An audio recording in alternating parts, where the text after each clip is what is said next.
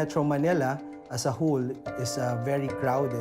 Our coverage for the sanitation services is quite a bit low, but we're moving fast on doing our expansion.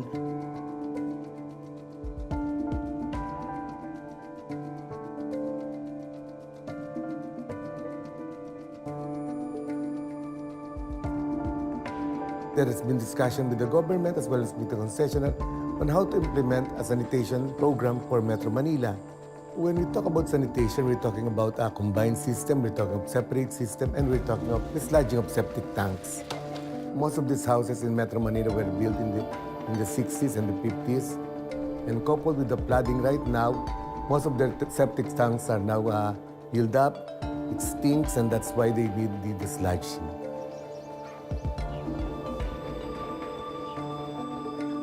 Yung aming homeowners ay napaka-active. So sila yung nag-i-schedule, nakikipag-arrange, kumokontak sa ipuning ng mga septic tank.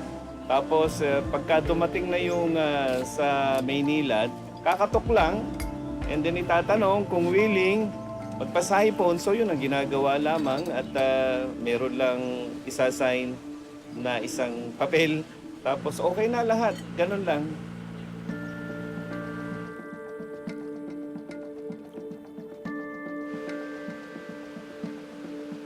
These canals are the storm drains, but if it overflow to the streets, you would have the potential contamination of the land, contamination of the groundwater, and people might be affected by pathogenic microorganisms. From the canals, from the septic tanks, you go to the creeks, the tributaries of the river, and ends up to Manila Bay.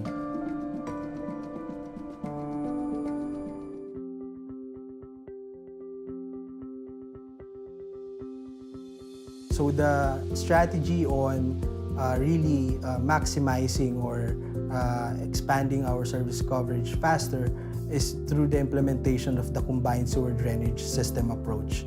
With this, we lessen our works on doing conveyance systems, making a faster economic and environmental impact.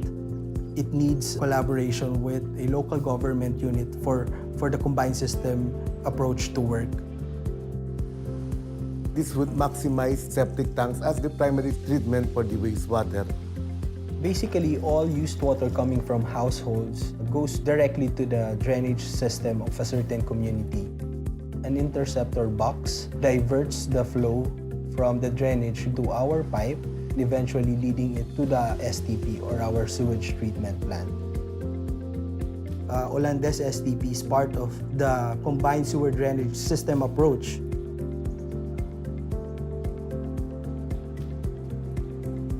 We further maximize the space by putting the plant underground and making the ground space available for recreational activities.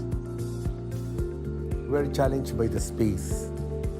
So we have to use technologies which are, in terms of cost, in terms of power, much higher than the normal conventional biological treatment. And you know that for wastewater treatment, the new requirement by the government on the biological nitrogen removal, this is now another challenge to us because we have now to retrofit our facilities to be able to treat these biological nutrients.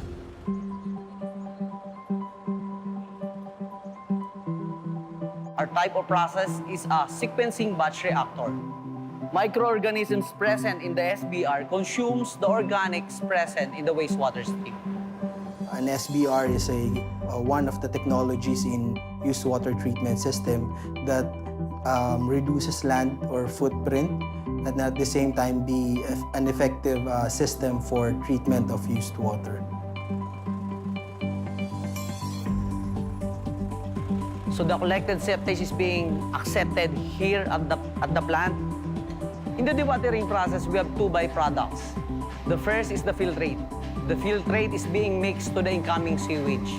And the other byproduct is the biosolids. The biosolids here is being given to a third-party contractor. The third-party contractor mixes this as a soil conditioner. We converted the septage into biosolids and they used to fertilize crops like sugarcane, mango, and then some of them have been using it for vermiculture. We're also using our treated wastewater for the cleanup of our facilities. We can turn this waste into asset. It's the only way that we can say that the works that we'll be doing would have its maximum impact both for the government as well as for the consumers.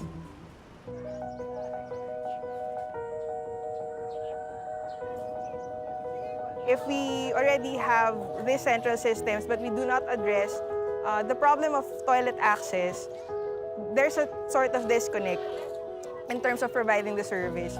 So the Manila Water Foundation augments the initiatives of the company by implementing projects such as this community toilet. This improves their quality of life by providing privacy, convenience, and of course, it provides them a sanitary option. So this ensures the prevention of human contact to fecal matter, which is a common experience, especially before when they do not have any facility to use. Dati po kasi nung wala po yung banyo namin dyan na community, lahat po ng bata po marami pong nagkakasakit. Marami nagkakaroon ng bulate, may sumusuka ng bulate, may tumatain ng bulate. Kalat-kalat pati ang mga dumi po dyan sa kalsada. Kung saan-saan po kami nagsi-CR po kami sa Arinola lang, tinatapon po namin sa ilog.